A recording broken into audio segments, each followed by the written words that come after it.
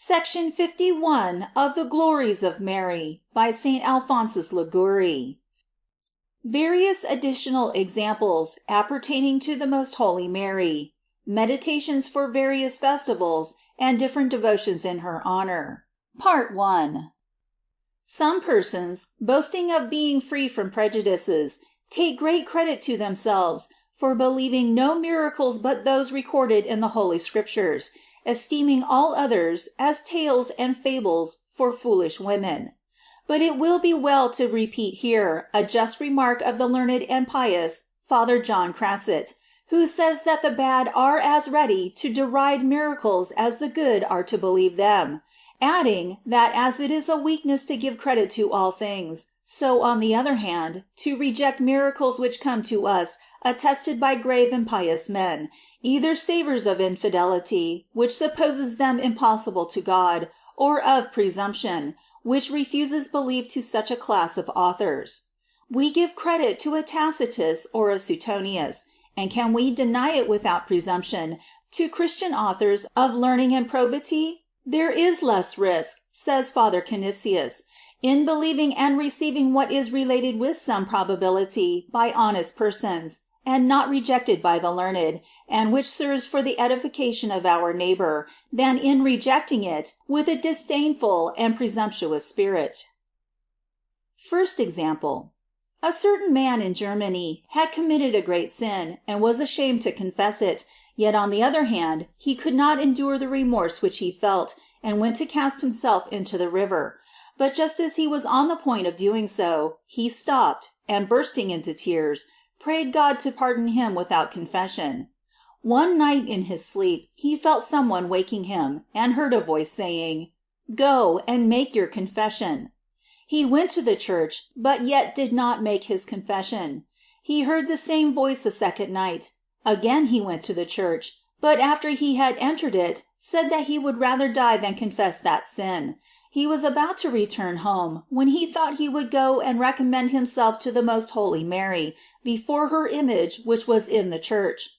He had hardly kneeled before it, when he felt himself entirely changed. He immediately arose, called for a confessor, and weeping bitterly, through grace received from the Virgin, made a sincere confession, and he afterwards said that he felt greater satisfaction than if he had gained all the gold in the world. 2. A young nobleman was reading one day, while at sea, an obscene book, in which he took great pleasure. A religious said to him, "Now come, would you give something to Our Lady?" "Yes," he answered, and the other said, "I wish that, for the love of the Holy Virgin, you would tear that book into pieces, and cast it into the sea." "Here it is, Father," said the young man. "No," said the religious, "I wish that you yourself would make this offering to Mary." He did so, and when he returned to Genoa, his native place, the Mother of God so inflamed his heart with the love of God, that he became a religious. 3. A hermit of Mount Olivet had in his cell a holy image of Mary, and frequently offered up prayers before it. The devil could not endure such devotion to the Holy Virgin, and tormented him continually with temptations against purity, and the poor old hermit, finding himself still pursued by them, notwithstanding all his prayers and mortifications, said one day to the enemy, "What have I done to you, that you will not leave me in peace?" And the demon appeared to him and answered, "You torment me more than I torment you." And then he added, "Now come and swear secrecy to me, and I will tell you what you must cease to do, if you wish me not to molest you any more." The hermit took the oath, and then the devil said to him, "I wish you never again to approach that image that you have in your cell."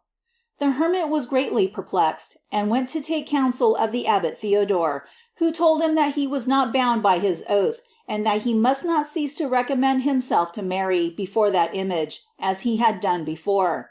The hermit obeyed, and the devil was put to shame and conquered. 4. A woman who had been guilty of a criminal connection with two men, one of whom had killed the other, came one day in great terror to Father Onefrio Donna, a pious missionary in the kingdom of Naples, to make her confession. She told the father that in the same hour in which that wretched youth had died, he appeared to her clothed in black, loaded with chains, and cast fire on every side. He had a sword in his hand, and raised it to cut her throat.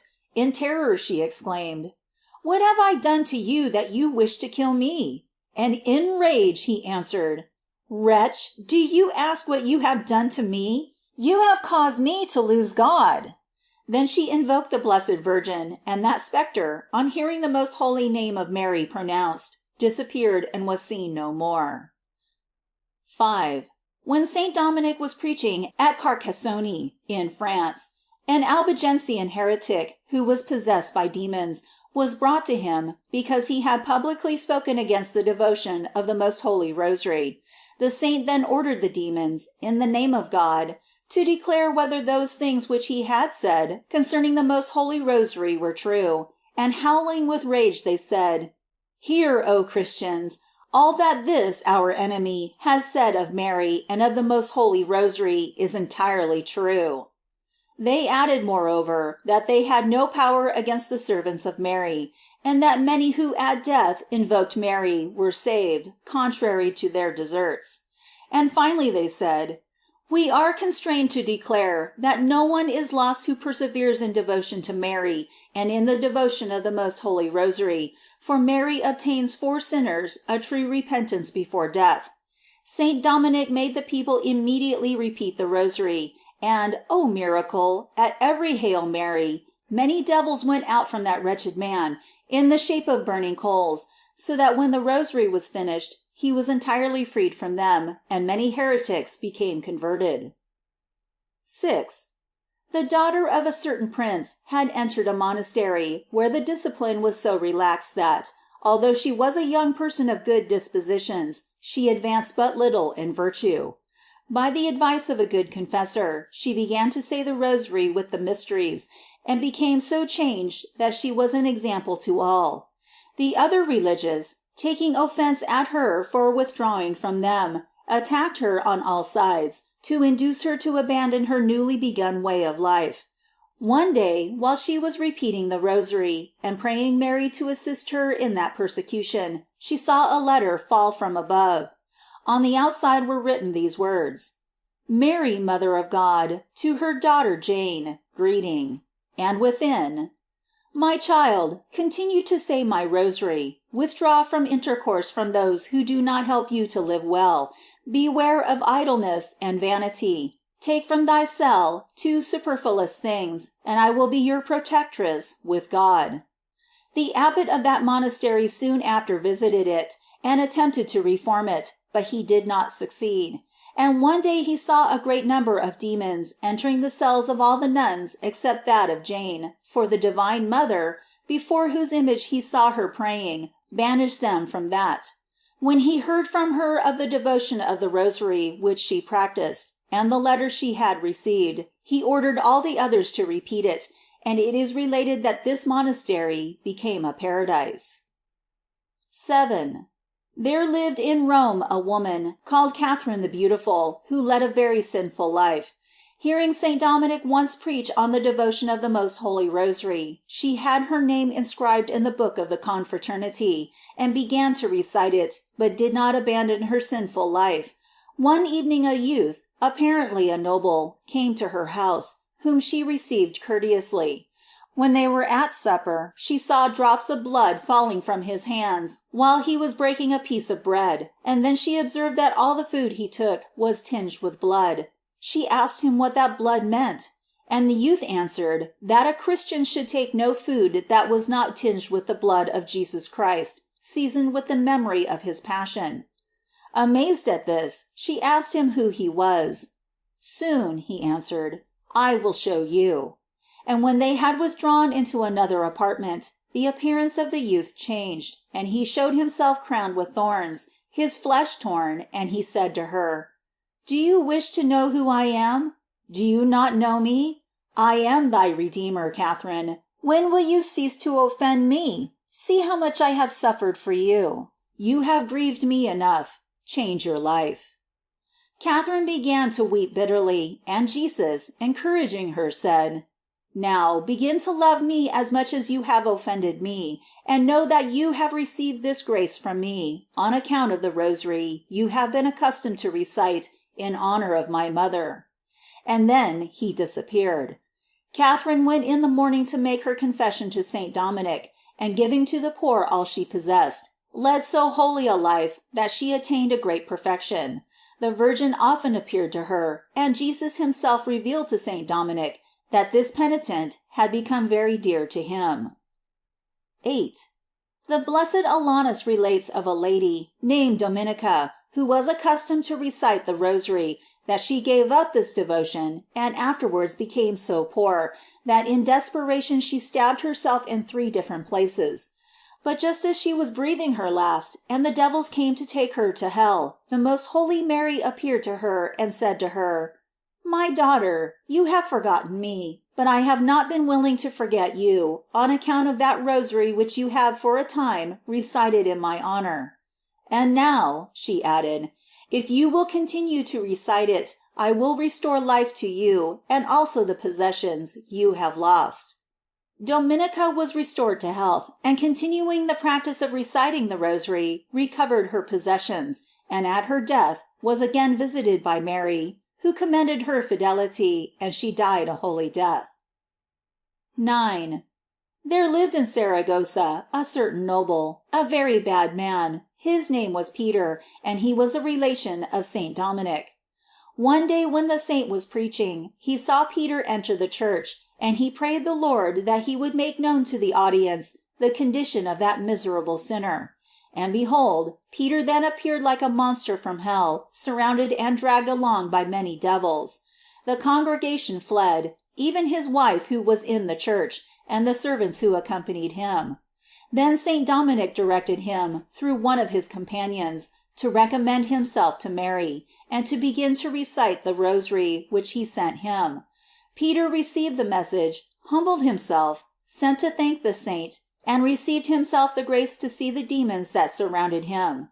He afterwards went to make his confession to the saint himself, from whom he received the assurance that he was already pardoned, and continuing to recite the Rosary, he attained to so happy a state that one day the Lord made him appear in church, in the presence of the whole congregation, crowned with 3 crowns of roses.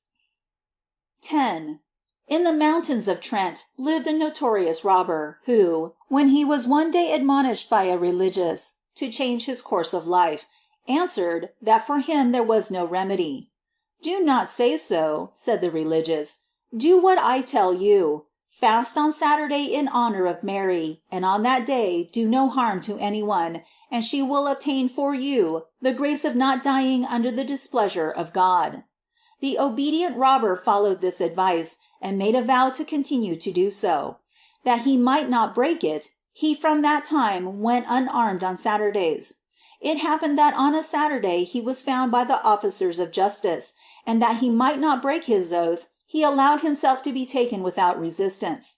The judge, when he saw that he was a gray-haired old man, wished to pardon him, but, through the grace of compunction which he had received from Mary, he said that he wished to die in punishment of his sins.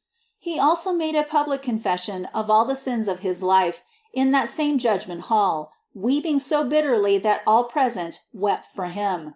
He was beheaded, and buried with but little ceremony, in a grave dug near by. But afterwards the Mother of God appeared, with 4 holy virgins, who took the dead body from that place, wrapped it in a rich cloth embroidered with gold, and bore it themselves to the gate of the city. There the Blessed Virgin said to the guards, "Tell the bishop from me to give an honorable burial, in such a church, to this dead person, for he was my faithful servant." And this was done. All the people of the place thronged to the spot, where they found the corpse with the rich pall, and the bier on which it was placed. And from that time, says Cesarius, all persons in that region began to fast on Saturdays. 11. A devout servant of Mary, who lived in Portugal, fasted on bread and water every Saturday of his life, in honor of Mary, and chose for his advocates with the Blessed Virgin, Saint Michael, and Saint John the Evangelist. At the hour of his death, the Queen of Heaven appeared to him, with those saints, who were praying for him, and the Holy Virgin, looking upon her servant with a joyful countenance, said to those saints, I will not depart hence without taking this soul with me. 12. In one of our missions, after the sermon on Mary which it was our custom to preach, a very old man came to one of the fathers of our congregation to make his confession. He was full of consolation, and said, Our Lady has done me a favor. And what favor has she done you? Asked the confessor. For 35 years, Father, I have made sacrilegious confessions, because I was ashamed of one sin, and yet I have passed through many dangers, and have been several times at the point of death, and if I had died, then I certainly should have been lost. And now Our Lady has done me the favor to touch my heart. And when he said this, he wept so bitterly that he seemed to be all tenderness. After the Father had heard his confession, he asked him what devotion he had practiced, and he answered that he had never failed on Saturday to keep a strict fast in honor of Mary, and therefore the Virgin had taken pity on him, and he gave the Father permission to publish the fact in his sermons. 13. In the country of Normandy, a certain robber was beheaded, and his head was thrown into a trench, but afterwards it was heard crying, Mary, give me confession. A priest went to him and heard his confession, and questioning him as to his practices of devotion, the robber answered that he had no other except that of fasting one day of the week in honor of the Holy Virgin, and that for this Our Lady had obtained for him the grace to be delivered from hell by that confession. 14. There were 2 young noblemen living in the city of Madrid, who encouraged each other in their sinful life. One of them saw one night, in a dream, his companion seized by some Moors and carried to the shore of a stormy sea.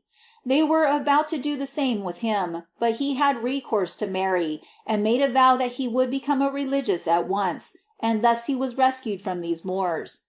Then he saw Jesus seated on a throne, and as if in anger, and the Holy Virgin supplicating and obtaining mercy for him. When his friend came to visit him, he related to him the vision, but he laughed at it, and shortly after was stabbed with a poniard and died. When the other youth saw the vision verified, he made his confession, and was strengthened in his resolution of becoming a religious. In view of that, he sold all that he had, but instead of giving the money to the poor as he had intended, he expended it in debauchery. He afterwards fell ill, and had another vision. He thought he saw hell opened and the divine judge in the act of condemning him. Again he had recourse to Mary, and Mary again delivered him. He was restored to health and led a worse life than before. He went to Lima in South America, where he fell ill, and in the hospital of that place was again touched by the grace of God. He confessed to Father Francis Perlino, a Jesuit, to whom he promised to change his life, but went back to his evil courses. At length the same father, visiting one day another hospital in a distant place, saw that wretched man extended on the earth, and heard him exclaim, Ah, I am lost, and for my greater torment, this Father has come here to witness my punishment. I came here from Lima, and am brought to this end by my vices, and now I am going to hell. With these words on his lips, he died, before the Father had time to give him any assistance. 15. There was once in Germany a certain criminal condemned to death, but he was obstinate and refused to make his confession, though a Jesuit father did his utmost to convert him. He entreated him, he wept, he cast himself at his feet, but seeing that all was in vain, he finally said, "Let us recite a Hail Mary." No sooner had the criminal recited it than he began to cry bitterly, made his confession with much compunction, and wished to die clasping the image of Mary. 16. In a city of Spain there lived a sinful man who had given himself to the devil, and had never been to confession. He did nothing good but say a Hail Mary every day. Father Eusebius Nuremberg relates that when this man was at the point of death, the most holy Virgin appeared to him in a dream, and looked on him. Her kind eyes so changed him that he immediately sent for a confessor, made his confession with a voice broken by sobs, made a vow to become a religious if he should live, and then died. 17. A devout servant of Mary always inculcated upon her daughter that she should often recite the Hail Mary, especially when she was in any danger. One day when this girl was resting after a ball, she was attacked by a demon, who in visible form bore her off with him. He had already seized her, but she began Hail Mary, and the enemy disappeared. 18. A woman of Cologne who had criminal intercourse with an ecclesiastic found him one day hanging in her room dead. After this she entered into a monastery, where the devil assailed her in a bodily form, so that she knew not what to do in order to be delivered from him. A companion suggested to her to say the Hail Mary, and when she did so, the demon said, "Accursed may she be who has taught thee this," and appeared no more. 19. A certain baron who led a very sinful life was accidentally visited in his castle by a religious, who, enlightened by God, begged him to assemble together all his servants. They all came except the chamberlain. He at last was forced to come in, and the father said to him, "Now I command thee in the name of Jesus Christ to tell who you are." And he answered, "I am a devil from hell, who for 14 years have served this villain, waiting until some day he should omit those 7 Hail Marys, which he is in the habit of reciting, that I might then strangle him and take him to the flames of hell." The religious then commanded the devil to depart. He obeyed and disappeared. The baron then threw himself at his feet, was converted, and led a holy life. 20. The Blessed Francis Patrizzi, who greatly loved the devotion of the Hail Marys, recited 500 every day. Mary made known to him the hour of his death. He died as a saint, and after 40 years a most beautiful lily sprung from his mouth, which was then transported into France, and on the leaves of it were written the Hail Mary in gold letters. 21. Caesarius relates that a Cistercian lay brother could say no other prayer but the Hail Mary, and recited it continually with the greatest devotion. After his death there sprung up from the place where he was buried a tree on whose leaves were written these words: Hail Mary, full of grace. Ave Maria, gratia plena. 22. 3 devout virgins, by the advice of their confessor, recited one year, for 40 days, the whole Rosary, as a preparation for the feast of the Purification of Mary. On the vigil the Divine Mother appeared to the first of these 3 sisters with a rich garment, embroidered with gold, thanked her, and blessed her. Then she appeared to the second with a simple garment, and also thanked her. But she said to her, "O Lady, why have you brought my sister a richer garment?" "Because she has clothed me," said Mary, "more richly than you have done." She afterwards appeared to the third with a canvas garment, and she at once asked pardon for her tepidity in honoring her. The next year all 3 fervently prepared for the same feast, saying the Rosary with great devotion, when behold, on the evening preceding the festival, Mary appeared to them in glory, and said to them, "Be prepared, for tomorrow you shall come to paradise." And in fact, the next day they went to church, related to the confessor what had occurred, and received communion in the morning. At the hour of Compline they saw again the most holy Virgin, who came to take them with her, and amid the songs of angels, one after the other sweetly expired. 23. Father Crasset relates that a certain military officer told him that after a battle he found a soldier on the battleground who held in his hand a rosary and the scapular of Mary, and asked for a confessor. His forehead had been pierced by a musket ball, which had passed through the head and came out behind, so that the brain was visible and protruded through each opening, and he could not live without a miracle. He however raised himself, made his confession to the chaplain with great compunction, and after receiving absolution, expired. 24. The same author adds, that this very captain told him of being present when a trumpeter of his company received a pistol shot from some one near, and when he examined his breast, where he said he had been hit, he found that the ball had been stopped by the scapular of the Virgin, which the man wore, and that it had not even touched the flesh. He took it, and exhibited it to the whole company. 25. A noble youth, named Aeschylus, being sent by the prince his father to Hildesheim, a city of Saxony, to study, abandoned himself to a dissolute life. He fell ill, and was near dying, and while in that state he had a vision. He saw himself shut up in a furnace of fire, and believed himself to be already in hell, and then he escaped from it through a hole, and took refuge in a great place, where he found the most holy Mary in the hall, and she said to him, "Rash man, dost thou dare to appear before me? Depart from here, and go to the flames which thou dost merit."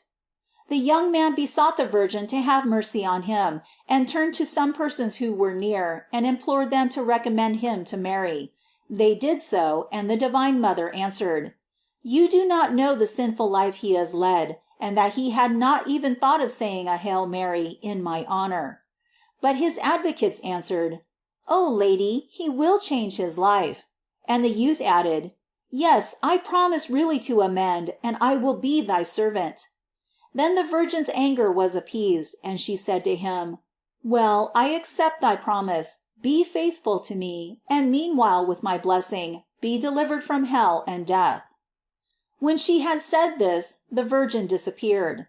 Aeschylus came to himself, and blessing Mary, related to others the grace he had received. He led ever after a holy life, always preserving a great affection towards the Blessed Virgin, and was made Archbishop of the Church of Luda, in Denmark, where he converted many to the faith. Towards the close of his life, being old, he resigned the archbishopric and became a monk of Clairvaux, where he lived 4 years, and died a holy death. Hence he has been numbered by some writers among the saints of the Cistercian order. 26. A member of the Brothers of the Confraternity of Mary was invited one morning by a friend to dine with him. He promised to go, but went first to the meeting of the confraternity, and after that he forgot his promise. His friend was so much offended by this, that one day when he met him he attempted to kill him, but by a just judgment of God he killed himself. His friend was immediately taken before the court, found guilty of the murder, and was condemned to death. He recommended himself to the Virgin, and inspired by her, begged to be led into the presence of the dead body, and then asked him how he had died. He confessed that he died by his own hands, and his friend was set at liberty. 27. In the year 1604, at Dola, a member of the same confraternity was very ill. On a feast day he said to himself, "At this hour my brothers are assembled and occupied in praising Mary, and am I here?" He rose from his bed and went to the assembly, when suddenly the fever left him, and he was restored to health. 28. A fisherman, belonging to the same confraternity in Naples, had been ill for several days through the severe discipline he had practiced in the meeting of the confraternity. Being somewhat better, as he was poor and had a family, he returned to his fishing, saying to the most holy Virgin, "O my Lady, for thee I have suffered this evil, do thou help me."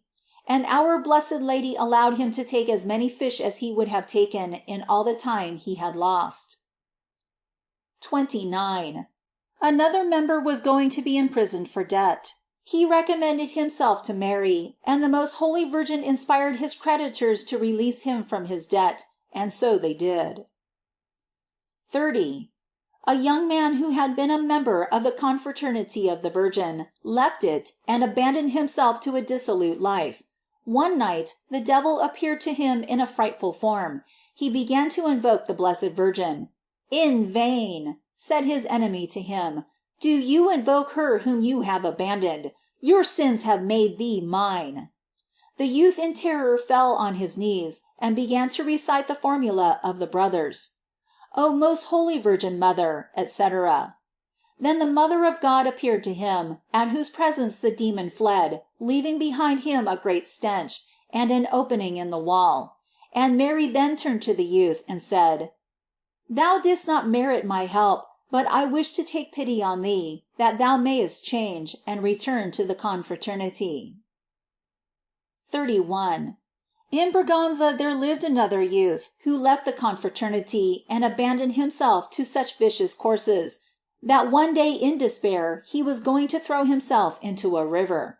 But first he turned to Our Lady and said, "O Mary, I have served thee in the confraternity, wilt thou help me?"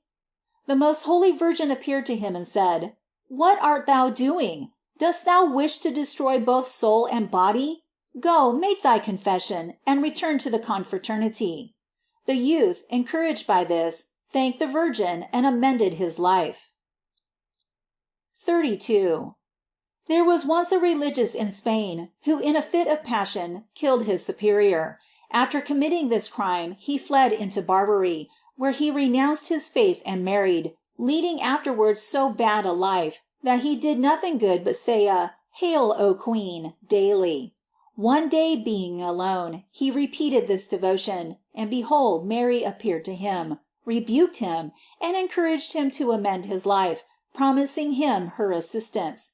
He then returned to his house, and was so sorrowful that his wife questioned him as to the cause, and he in tears told her his condition, and the vision he had seen. She took compassion on him, gave him money to enable him to return to his own country, and also consented that he should take one of their children with him. He returned to the monastery, where he shed many tears of compunction that he was again received, together with his son. He persevered in his holy life, and died with the reputation of a saint. 33. A pupil had been instructed by his master to salute the most holy Virgin in these words: "Hail, O Mother of Mercy." When he was at the point of death, Mary appeared to him and said, "My son, do you not know me? I am that Mother of Mercy whom you have saluted so many times." Then the servant of the Virgin extended his arms as if to follow her, and gently breathed his last. 34. There was once a sinner who was so abandoned that he practiced no other devotion than that of reciting daily "To thy patronage," "Sub tuum presidium."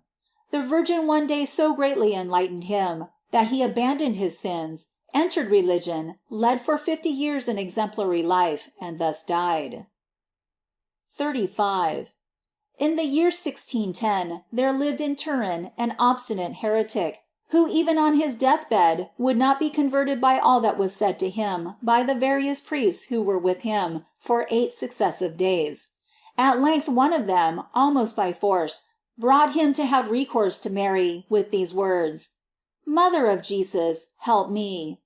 "Mater Jesu, assiste mihi." And the heretic, as if awakening from sleep, exclaimed, "I will die a Catholic." And indeed he became reconciled to the Church, and died in 2 hours. 36. Another infidel, who was living in India, was about to die, abandoned by all, but as he had heard the Christians so much extol the power of Mary, he had recourse to her, and the Blessed Virgin appeared to him and said, "Behold, I am she whom you invoke, become a Christian." He was immediately restored to health, and baptized, and many were converted by the prodigy. 37. There lived in Madrid in the year 1610 a very devout servant of Mary, who had an especial devotion to an image of her called Mary of Antioch. He married a woman who through suspicion and jealousy left him no rest. Every Saturday he went barefoot, and early in the morning, to visit that image. But his wife, who suspected him of going elsewhere, once in particular attacked him so violently, that blinded by impatience, he took a rope and hung himself. But just as his soul was departing, when he could no more help himself, he invoked the help of Mary, and behold, a most beautiful lady appeared, who approached him and cut the rope. The people without saw this, and then he narrated the fact. By this the wife was so filled with compunction that ever afterwards they lived in peace and devoted to the Divine Mother. 38. Another person of Valentia in 1613 committed a great crime, which he was ashamed to confess, and therefore made sacrilegious confessions. But being troubled with great remorse of conscience, he went one day to visit the altar of Our Lady of Hail, that he might obtain relief. When he arrived at the door of the church, which stood open, he felt himself thrust back by an invisible power. Then he determined to make his confession, and immediately entered. After making a general confession, he went home entirely consoled. 39. The blessed Adam, a Cistercian, went one evening to visit an altar of the Most Blessed Virgin in a church, but finding the doors closed, he knelt outside to make his devotions. He was hardly on his knees when he saw the door opening of itself, and he entered. There he beheld the Queen of Heaven in the midst of great splendor, and she said to him, "Adam, approach. Do you know who I am?" Adam answered, "No, lady, who art thou?" "I am," she said, "the Mother of God. Know that as a reward for thy devotion to me, I will always take care of thee." And then she placed her blessed hand upon his head, and cured him of the great pain he was suffering there. 40. A servant of Mary went one day to visit a church of our Blessed Lady without the knowledge of her husband, and was prevented by a severe storm from returning that night to her own house. She felt a great fear lest her husband should be very angry with her, but she recommended herself to Mary, and when she returned home, her husband was very kind and gracious to her. Upon questioning him, she found that the evening before the Divine Mother had taken her form, and attended to all the little affairs of the household like a servant. She then related the occurrence to her husband, and both afterwards practiced great devotion to the Blessed Virgin. 41. A certain cavalier of the city of Deuil, in France, named Ansaldo, received in the battle a wound from an arrow, which entered so deep into the jawbone that it was not possible to extract the iron. After 4 years of suffering, the afflicted man could endure the pain no longer, and being besides very ill, he thought he would again try to have the iron extracted. He recommended himself to the Blessed Virgin, and made a vow to visit every year a sacred image of her which was in that place, and make an offering of a certain sum of money upon her altar if she granted this request. He had no sooner made the vow than the iron, without being touched, fell into his mouth. The next day, ill as he was, he went to visit the image, and scarcely had he placed the promised gift upon the altar, when he felt himself entirely restored to health. End of Section 51.